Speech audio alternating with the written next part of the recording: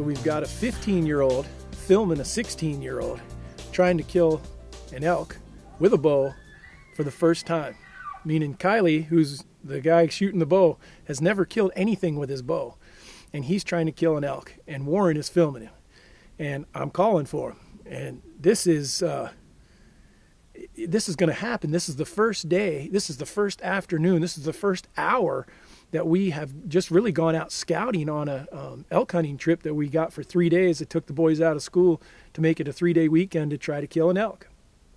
And we come around the corner, and these elk are standing on the Forest Service road.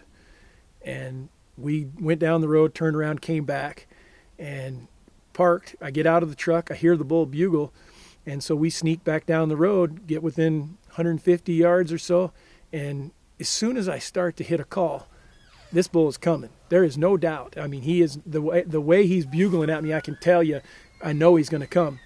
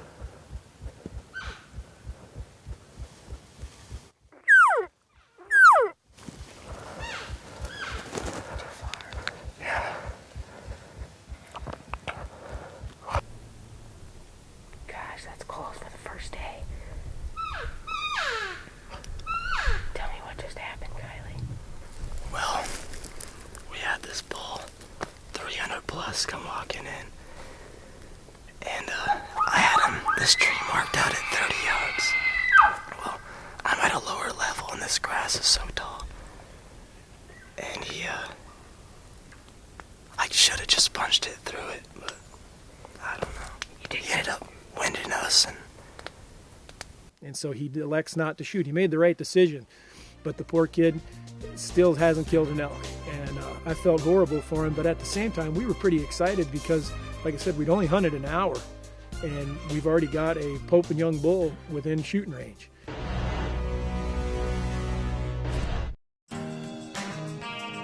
If you're a hunter, you're part of a great legacy of conservation leadership. I'm Craig Morgan, and I'm inviting you to help me carry our legacy one step further.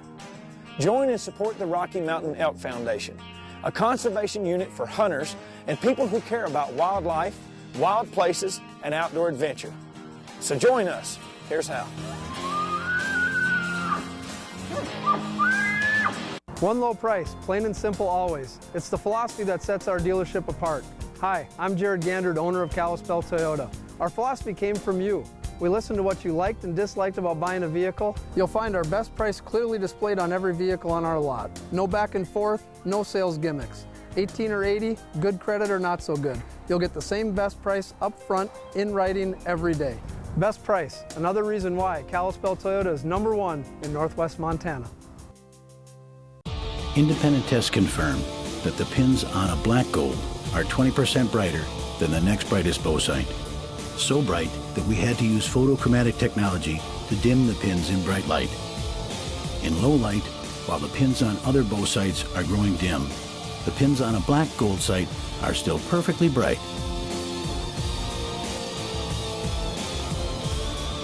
Be the last one out of the woods at night. Get a black gold sight. When you have a hunting question, we have a solution.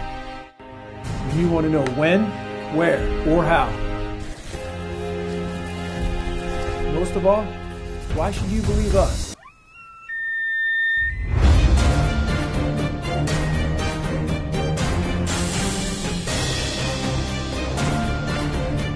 We make our living looking for your answers. AboveTheRestOutdoors.com. This is high-speed footage of the Ripcord Code Red and a competitor's fall-away arrow rest. Both fall as designed, but watch what happens to each launcher arm after fall-away. Ripcord's drop-dead brake stops any launcher bounce back, while the competitor's launcher arm bounces back up into the arrow. This will affect arrow flight and broadhead accuracy. Eliminate launcher bounce back with Ripcord Code Red, the #1 fall-away rest. Above the Rest Outdoors is brought to you by these fine sponsors.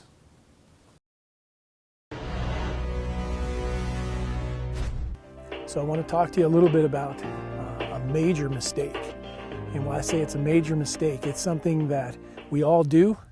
And sometimes it's a mistake and sometimes it's not. And that is whether to kneel or whether to stand, particularly when you're elk hunting. And I'm a kneeler. I do like to kneel. But I will tell you this, we're hunting now out in this prairie country a little bit. And boy, this buddy of Warren's, Kylie, take a look at this hunt here. And the poor kid has never killed anything with his bow. And he's about to get a shot at a Pope and Young elk that comes into 30 yards. But what happens is, because he kneels down, the grass that he's using for cover makes it where he can't shoot. Now you're going to notice in his hunt, the grass isn't as close as what I am here. But if he had looked around, he should have been able to see that 15 yards was about as furthest he could see before he ran into the grass. So you got to watch. Look at how, if I go to try to shoot here, there is absolutely no way to get a shot. Now, in this particular instance, if I stand, I completely clear the grass. You know, and so I'm over top of everything. There's one or two little twigs here that you can just bust off, but I can shoot everything. So the next time that you're setting up on an elk, or setting up on anything for that matter, that you're stalking or that you're calling to, and you're waiting for it to come in, look around and see if there's obstructions, especially grass. On Kylie's hunt, the grass is actually above the belly. You're going to see on video, it looks like, man, he had a shot. The cameraman was standing with the camera up higher, so it looks wide open. But he knelt down, and poor kid still hasn't killed an elk. So keep that in mind. Kneel when you can, stand when you can. Trust your camouflage either way. So now we're down to the last day, and we got one last ditch effort basically. So all of us are together now. There's 5 of us, the Team UOA guys, Kylie and Warren, and we're walking into where there's some elk bugling. And we're hoping we're going to get there in time to catch them before they get back up in this timber. But before we can get there, here's a bear.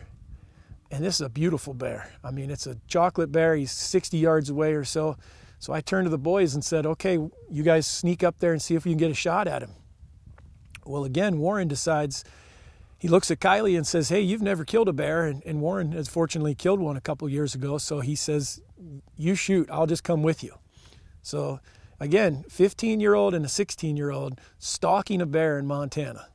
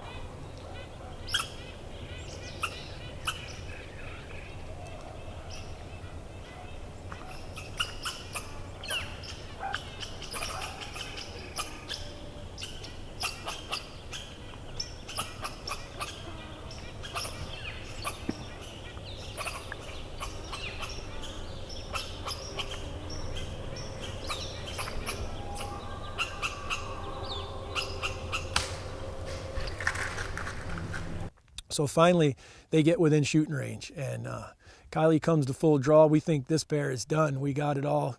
And you're going to see this arrow doesn't even come close. I mean, it's 2 feet over this bear's back. And so we're trying to figure out what in the world happened, because Kylie's a pretty good shot. I've watched him shoot. He hits what he's aiming at most of the time. Well, technical problems, meaning he had a rest that wasn't installed properly.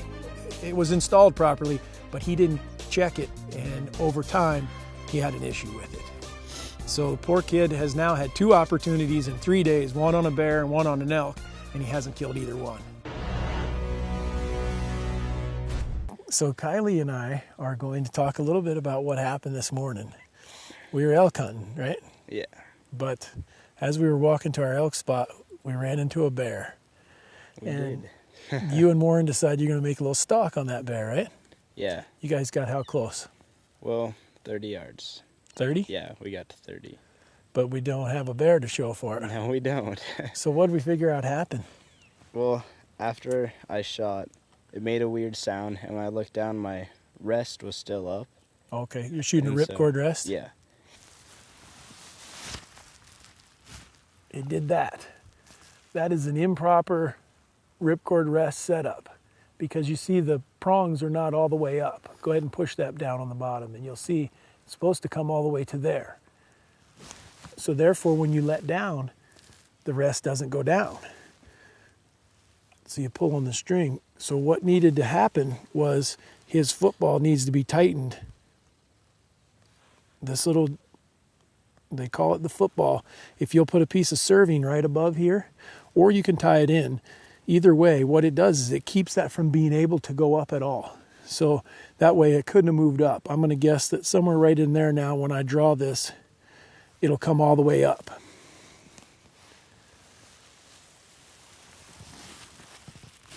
There's what we're looking for. And that way, when it goes down, it goes down.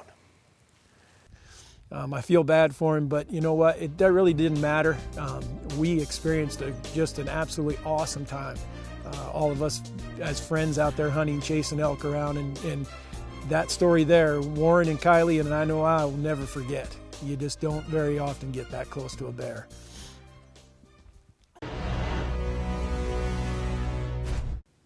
Warren and Kylie may not have killed an elk, may not have killed a bear, but boy, they created some memories that I know this father will never forget. Getting to spend time out in the outdoors with your son and with a friend of his, it just doesn't get any better than that. That's what it's all about. But at the same time, I've got an elk tag for Wyoming, and it is burning a hole in my pocket. So when we come back, we're heading to Wyoming, where I'm going to be bow hunting for elk.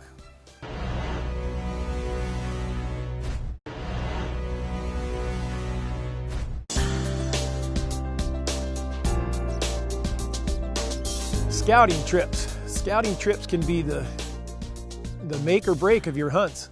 And that's one reason why I put in for some tags in out of states or in other states. I'll put in for a zone that's closer to me that I can drive to. And in this particular case, that was exactly what happened. I drew a Wyoming elk tag in 2009, and the area I put in for, I could go down and scout in about 6 hours. So I was able to make a couple trips down there. First trip down there, I saw a big bunch of elk, not in the area where I could hunt, but real close. So this is my second trip down to scout, and I got my son Warren with me, and we've picked up a buddy. That's something everyone, you check with everyone you can think of when you draw one of these tags, because you never know who might be the guy behind the corner that can help you. He's hunted it before, he knows that area, and that proved true here.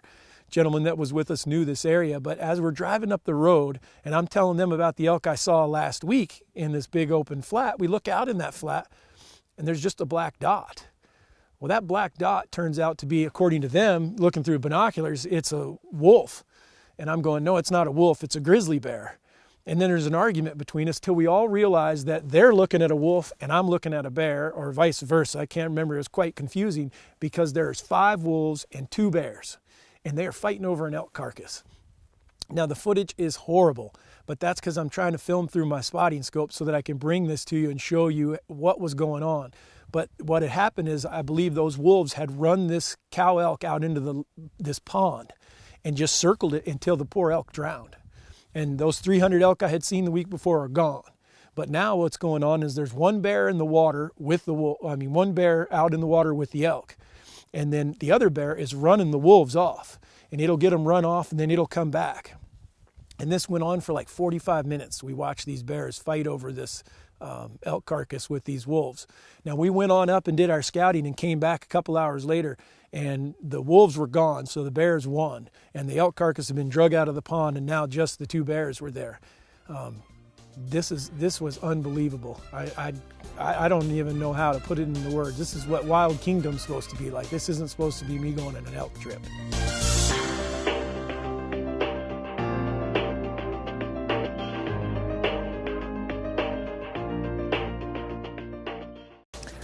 Waylon and I are setting up on an elk hunt.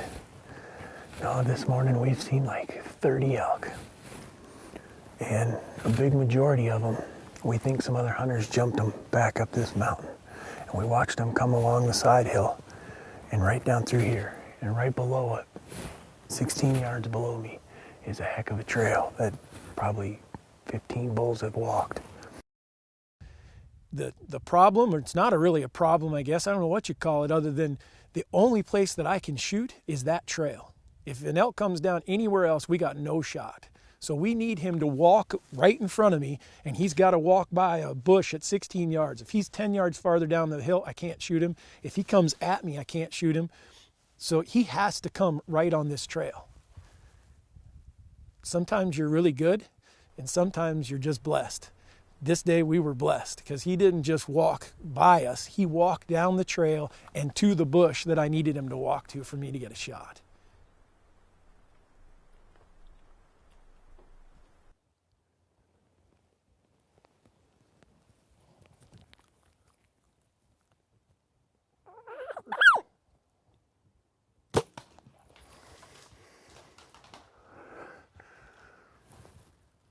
We just did it.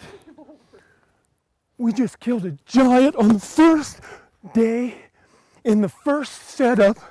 Oh my God, I cannot believe this. He's a hog. He is a giant. And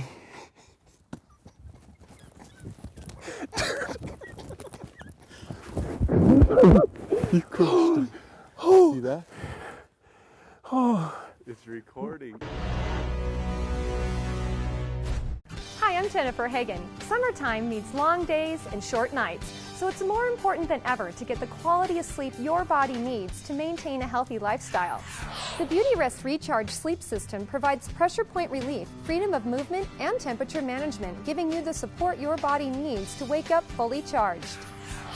Recharge your body with a True Energy or Comfortpedic mattress set and get 48 months interest-free financing from Sleep City. I always took my cover off. I always took my quiver off. I used to hunt with my quiver off. Why do so many bow hunters detach their quivers? To avoid accuracy-affecting torque. Tight Spot is the first low-torque quiver. It fits tight to your bow, is extremely lightweight, and means virtually no torque. Now, I hunt with my Tight Spot quiver on. It acts as a stabilizer. You'll shoot better with your Tight Spot quiver on than you ever did with your old quiver off. Tight Spot, the quiver that fits tight to your bow.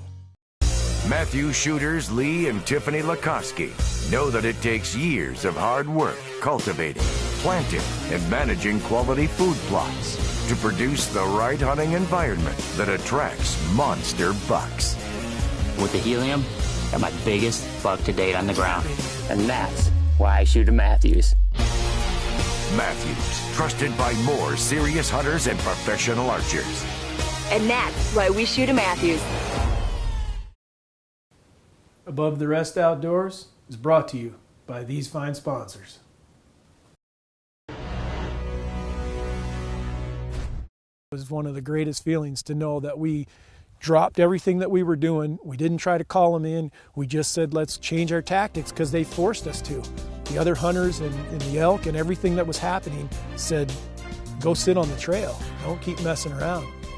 And we did what we needed to, and it worked. What a fantastic hunt this was.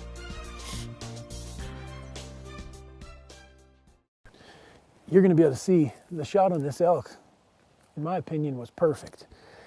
I got blood all over the place, but this elk has already gone, what, 200 yards? Not quite 200, 150 maybe. But anyhow, we know he went down this hill and he went up the other side, because look at the blood on the other side. So he's actually helping us. Which is, the farther he runs toward the camp, the better off we are. But hopefully we're going to find him just laying right over there.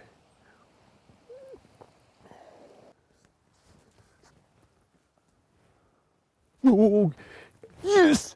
There he is. We did it, man. We absolutely did it. Thank you to the elk who came back down this side and up the other side for us. Oh, Waylon, this is a good bull, man. Oh.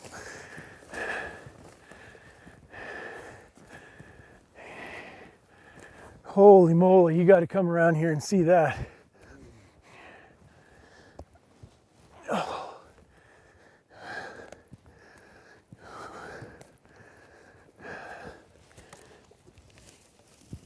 I don't know what he's going to score.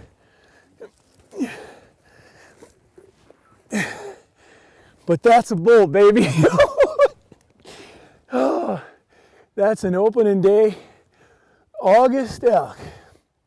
I don't care how you do it, whether it's calling or hunting them like caribou, and it works. Oh my gosh, look at how gnarly and heavy this bull is. Great thirds. Man, what a beautiful animal. Absolutely gorgeous animal. And the thing is, how many bulls have we seen this morning? Like 30 bulls. I mean, unbelievable how many elk we've seen. We have not seen one single cow. No cows and no spikes. Nope. Make sure you tune in again next week. We're going to be chasing elk with our bows again. This time, we're heading to Arizona.